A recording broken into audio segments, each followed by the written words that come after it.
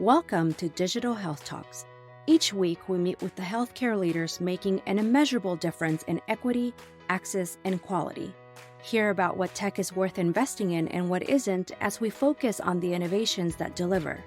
Join Megan Antonelli, Janae Sharp, and Shahid Shah for a weekly no BS deep dive on what's really making an impact in healthcare.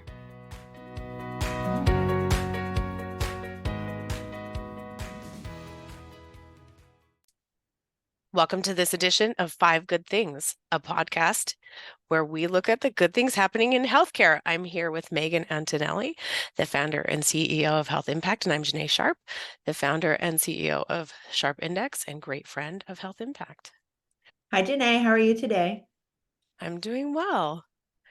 My kids are off today, so just expect someone to walk in at some point asking a completely inappropriate question that has nothing to do with digital health. Well, I'll start to worry when they do ask about digital health.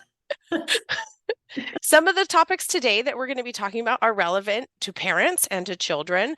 And there's something that I've heard from multiple moms. They ask me about it a lot every time I say that I'm involved in healthcare IT and in health tech. This is the top of mind. So be ready for that. And I'd love to ask you, what is your first thing? What's the first good thing we're going to be talking about?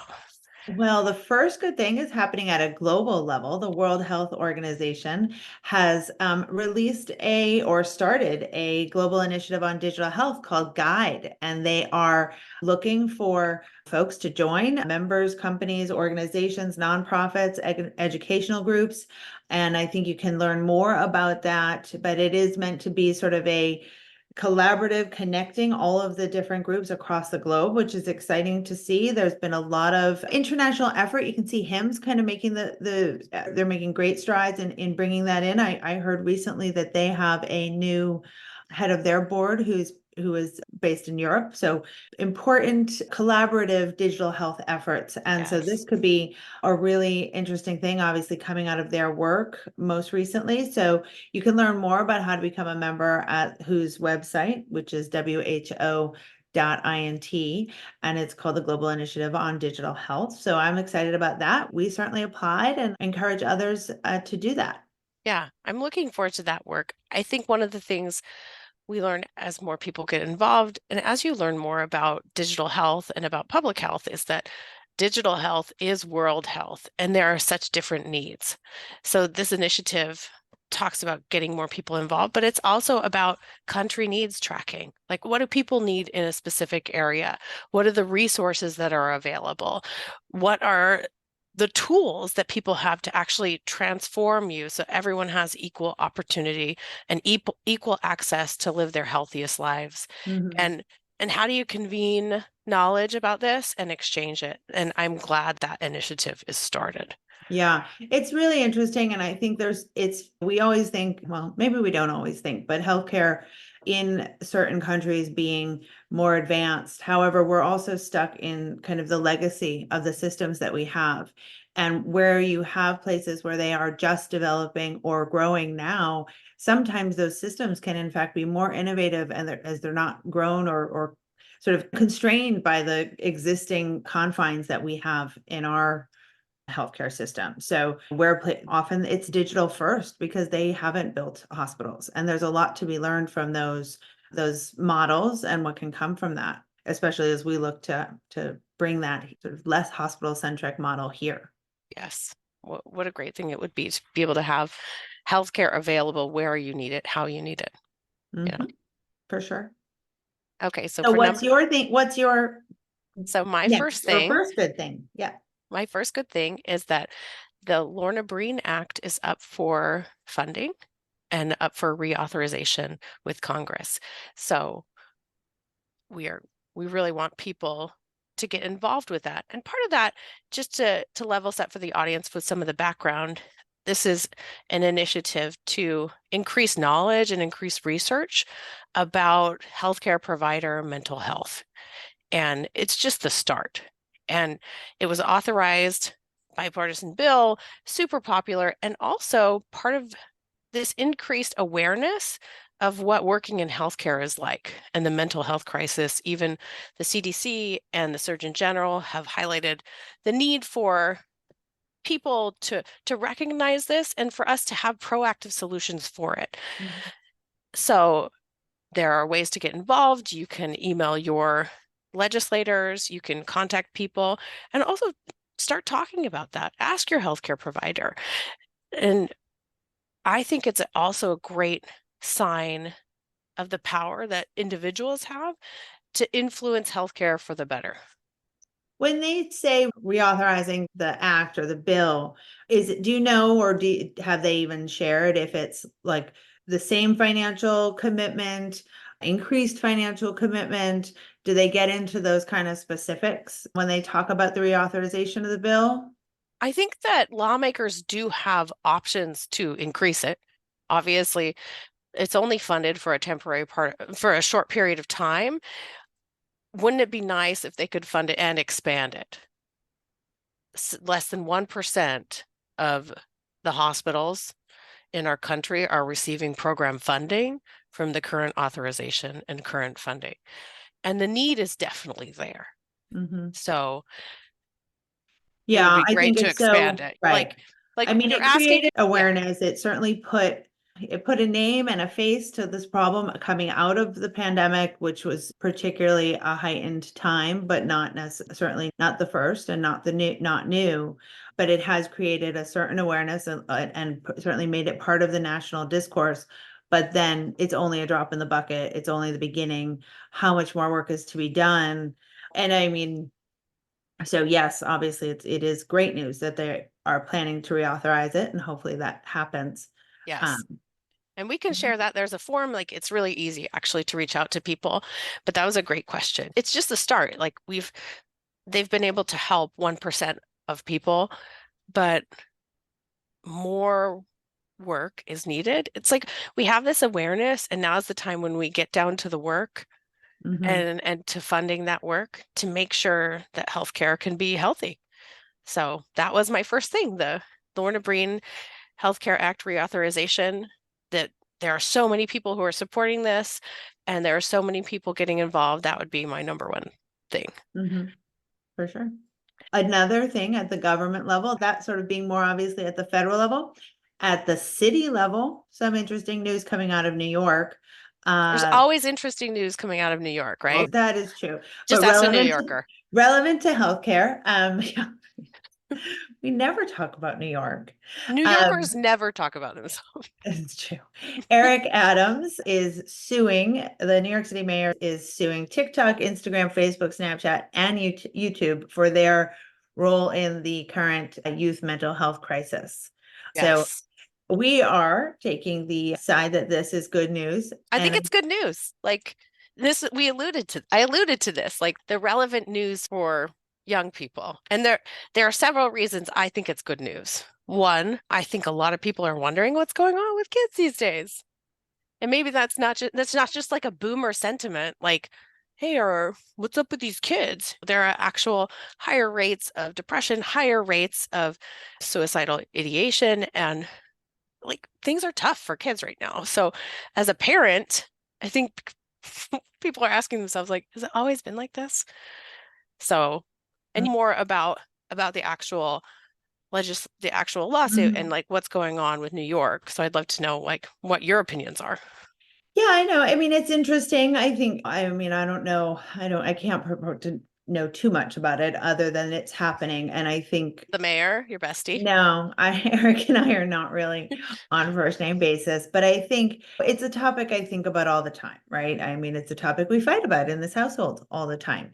Social media is a tough one for all parents, I think, and really even adults, right? So I think what this does, and while I would never, when you get into the discussions of video games and music and television that we talked about years ago being what influence do they have and what accountability do they have? I mean, we just had recently the parent of a child who was involved in a mass shooting be found guilty, right? Right. And I also think that is a good thing. And I think that there are very accountability in all of this is important and making these organizations that have created and researched algorithms to make these apps stickier have a certain amount of accountability. Now, is depression going to go away if they take accountability? No.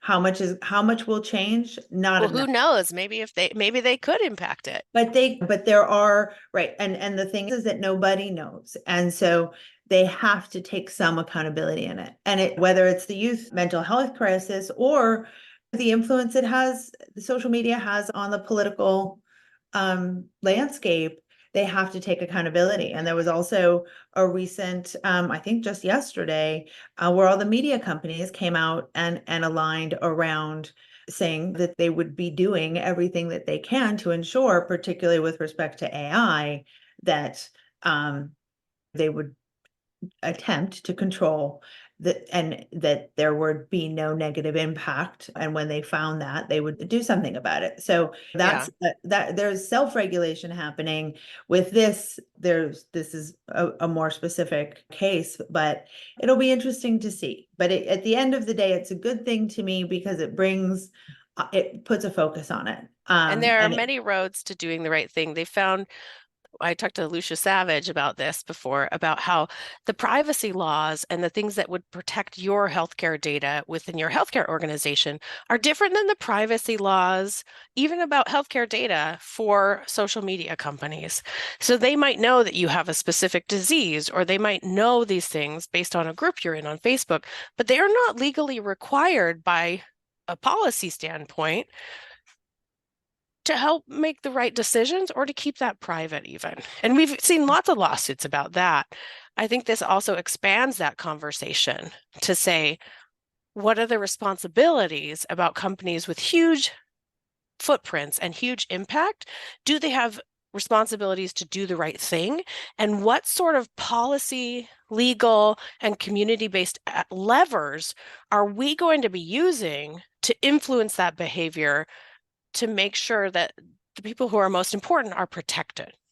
So I think it's also important from a policy perspective, just thinking, are people going to do the right thing? Are we able to tell if that's one of the things really impacting mental health? And how are we going to move that forward? And it's great to see when organizations are actively searching for that, especially with expansion of TikTok's giant, like expansion of artificial intelligence efforts. Seeing that makes you feel better in some ways about the number of people who are going to fight for and plan for the right thing. Yeah, no, I mean, I think it's really interesting. I mean, I was just having a conversation with a friend about this. I mean, when we were kids, we didn't have social, we didn't have this constant sort of entertainment, even television. I had to walk uphill Yeah. to it, When our I mean, parents I told had to us to get read a up. book, we had to go to the library and check that book I out. had to get up and change the channel. I mean, come on. And so, So rude. oh, You had to rewind things in a machine. right. Oh, I mean, rewind. I mean, my kid doesn't know how to rewind. So Yeah, they don't even I know what it think is. doesn't know what that means. We had to wait for things to rewind before we return the video to the store that we I had to liked walk to. Blockbuster. They had good snacks. So, well, I could reminisce on this all day. I mean, but then we were bored. And that boredom and that idle time, while maybe good for mental health, can sometimes lead to other behaviors. And in my case, it did. And we don't So know. I mean, I grew up in the Pacific Northwest, and I'm going to hard pass on that topic. As someone who didn't really do anything, kids get into trouble online, kids get into trouble offline. Right. I think I speak for a lot of people when they say I'm glad it wasn't online. Right. Yeah, exactly. I had a And so wall I of think, bangs that I I just mean, wasn't recorded. while I want to see accountability and the right things done by these companies that are involved, I also think that parents, if kids go out alone into the world, there are dangers. And if they go out alone into social media, they are also at risk. And Yeah. so While I think the case is a good one for the attention, for the dialogue and discourse it will create, I think the blame is it's not about a blame game. It's about how do we help these children navigate social media, because it's not going to go away. No matter how much we sue, they'll still have enough money to survive. So it's how do these companies take accountability for the guardrails and the education that's required. Right. And how do we build a system together? I also think it is noteworthy to say that sometimes these communities have the power to connect you with ideas, with individuals, to create safe spaces and to create spaces that are healthier. You might be able to find your best friends online. And Yeah. that potential for good is something I've always been enthusiastic about. Mhm. Like, you can get help with things online that you might not be able to get in person. So it would be wonderful to see an expansion of availability of mental health support, or see some of those people, Nintendo, if you're listening, um, see some of those great creators and great forces for good create communities and create specific algorithms and specific products that promote connection, promote a healthier relationship Mhm. with your social media, that create a better world. Right. So, Well, and that's, I mean, I think in terms of even if you look at healthcare, in terms of patients and the patient communities that exist, that there's a lot of those social communities that are positive, and there are social communities for children and teens that are positive, where they can find friends and people like them that they may not be finding within their schools or communities. So I do think it's important to talk about both sides. And I think that passing the blame or putting the blame someplace isn't fair. And I have well, lots of friends that don't allow their kids to use social media. And I wish I didn't sometimes. But I also think that if you allow them to just if you wait until they are independent of you, then just like years ago when people never had exposure and then they went to college and then they go crazy, the same thing can happen. So it's about the guardrails. That is hard, but it's about control, being able to control the use, and then for the companies to be sure that they're keeping in some level of. That's where I was watching like the social dilemma, when they've put in these algorithms to make it so addictive. That's where the crime to me, that's where the guilt does. And that yeah, those algorithms that make them so sticky, that we have to work on that's not fair, that the kids and the parents can't even fight against that. But I right. mean, this is not a good thing. This is actually tragic. But this weekend also, it was in the news that Susan Wojcicki's son, who is a freshman at Berkeley, Yeah. died, they think, of a potential drug overdose. And his grandmother, who I had met once years ago, posted on Facebook and talking about it. And Susan, of course, was the president of YouTube for a number of years and just stepped down recently. But you know, what you hear about in these circles, and certainly Esther, her mother, talks often about the dangers of social media. She was a teacher herself, so the education that's required, and she does a lot about parenting, and you can do so much, and then there's very little that can be controlled. Right. But ultimately, most of these executives at these companies don't allow their kids to use social media, and they're very public about it, and they talk about that often. And so I have no insight into any of this, and it's all brand new, but I just hope that positive things can come of it to help kids in their ability to scale back their consumption, right? And Right. scale back the influence of it, because they can understand that it's not, that it's imaginary, just like Disney. Right. Right. And it's important to protect children and to make sure that we're working for improved outcomes, less bullying, less stories. Mhm. It's also so top of mind. Like, every mom that I talk to wants to know, like, is it social media? Is that why kids are struggling? I've been asked by reporters as well, like, why are kids struggling? Is it because of these apps?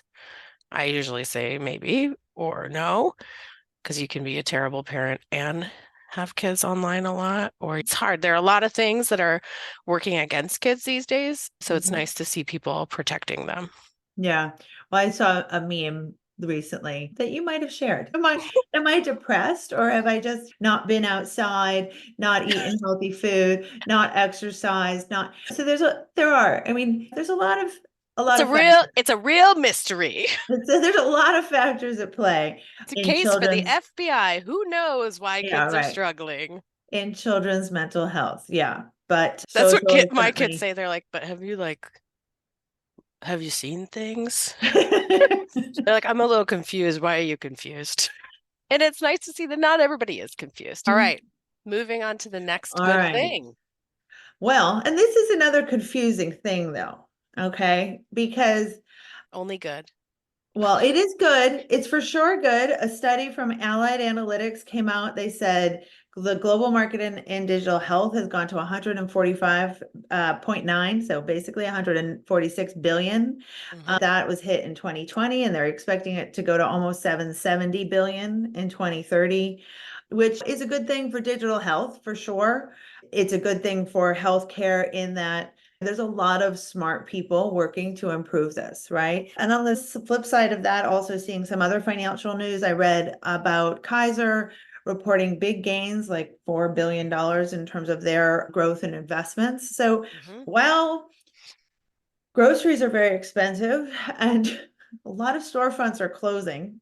So Yeah. the economy feels a little odd, There's but weird inflation things that are impacting more people than ever, where they have to make real decisions yeah, about what they purchase. And it's like not super fun. no, for But sure not. it's nice to hear news where it's like, hey, even though right now you can't necessarily buy the crackers you like or whatever, things are gonna get better. Things are projected to go well.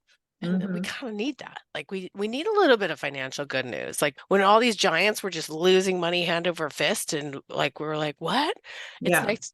It's nice to see that Kaiser is making a profit with investments, that there are smart people working on this who can get things better. I also think that news about the expanding digital health market is great news. Like when we look at accessibility to care and rural health, different places where people are willing to engage in healthcare in their communities, that potential that digital health has to provide better care suited to people's needs where they live is huge. For sure. And we, long term, will be building a healthier society. Mhm.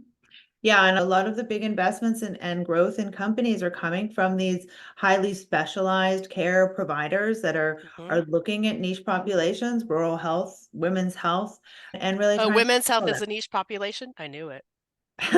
Okay, maybe not, but specific. Yeah, yeah. And that I think it's an interesting market to see. And I think it'll be fun to watch it all shake out over the years. I think that we're only seeing the beginning of it now. I kind of feel like they're all very innovative. And then eventually they're all gonna have to come together at some point. 'Cause you don't want to have that many medical homes, but All it's the apps all day, all the every apps all day. day. Yeah. But I think it's always good news when you see money flowing into the market on that front. So, Yes. And let's talk um, about my last good thing, oh yeah, which is the publication. Speaking of things coming together and things being created, let's talk about patients being involved in creation and patient needs being met. Because Susanna Fox has released her book, Rebel Health, and it talks a lot about the next wave of health innovation and how patients can be included and different archetypes about the type of people who are going to be involved in that, the seekers, the networkers, the solvers, and the champions. And I like Susanna Fox.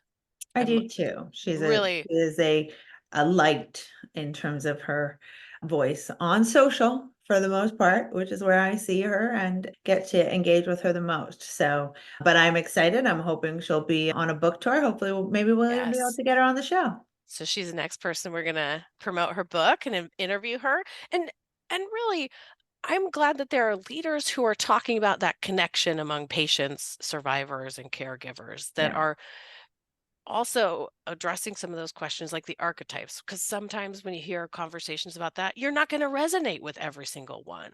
Like Right. the conversation that you want control of your data. And I'm like, I don't resonate with that. I want it to just magically appear.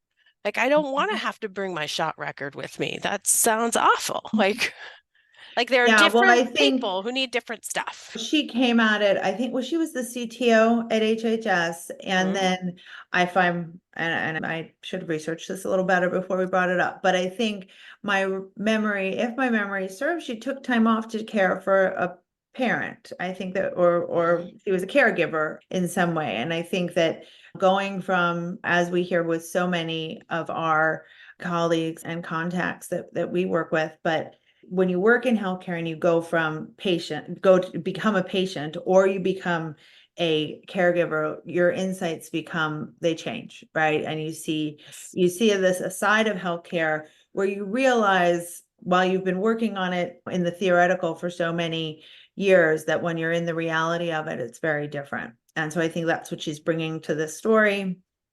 And certainly her perspective, I imagine, as a bit of a rebel in that. So I Yes. can't wait to read it. Is it out Can't yet wait. or coming out? It's It is out. out. Oh, Came out it's the out. 13th of February. So you can order that book and we'll include a link for people. How did we When not get it for each other for Valentine's Day? I don't know, probably because I was not feeling. Oh, We'll have to reschedule. So we're rescheduling Valentine's Day. That's the other good thing. And we're going to send out a couple books. And the So other good thing is that Janae is not sick anymore. no, Well, that's only nice. just a little. Only just a little bit of a cold. It's fine. We're Mhm. over COVID from this round. And we're ready to go see everyone. Can't wait. I'm ready to read the book for that good thing. And those are 5 Mhm. good things. There are lots of other good things that are happening in healthcare. We hope that everyone shares their good things with us so that we can cover it, so we can talk about it, so that we can have real conversations about the things that impact health and impact digital health. Awesome. Thanks, Janae. Thanks, everybody. Look forward to seeing you soon. Thank you for joining us for this week's Health Impacts Digital Health Talk. Don't miss another podcast. Subscribe at digitalhealthtalks.com. And to join us at our next face-to-face event, visit healthimpactlive.com.